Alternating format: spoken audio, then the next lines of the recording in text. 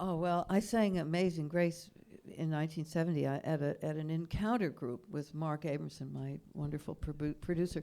And we were all, tearing each other to pieces. And Mark said, why don't you sing something, calm them down? And I knew the song because my grandmother taught it to me. So I sang it. I know people knew it. People knew the verse, the chorus anyway. So I sang it, and he called me the next day, and he said, we have to record that song.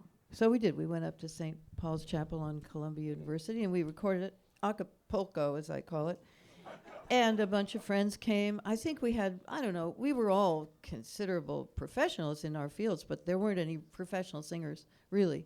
And we all got together and sang, and it became such a hit. And it wasn't until after it was a great hit around the country and the world, actually, that I learned the story of John Newton and how he influenced Wilberforce and how he survived a life as a slave, captain of a slave ship. I mean, that's a very powerful story. I always knew that the song was powerful. The song has probably evolved. They say it's come from an African-American hymn.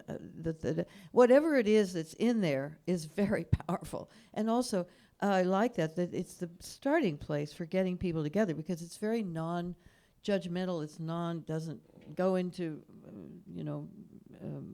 portraits of Jesus or anything. It's very simple and very accessible and powerful.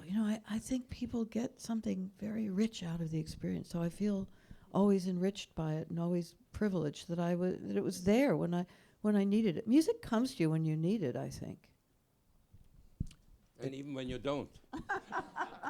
I don't like elevator music or anything anything I'm not concentrating on. I want it off.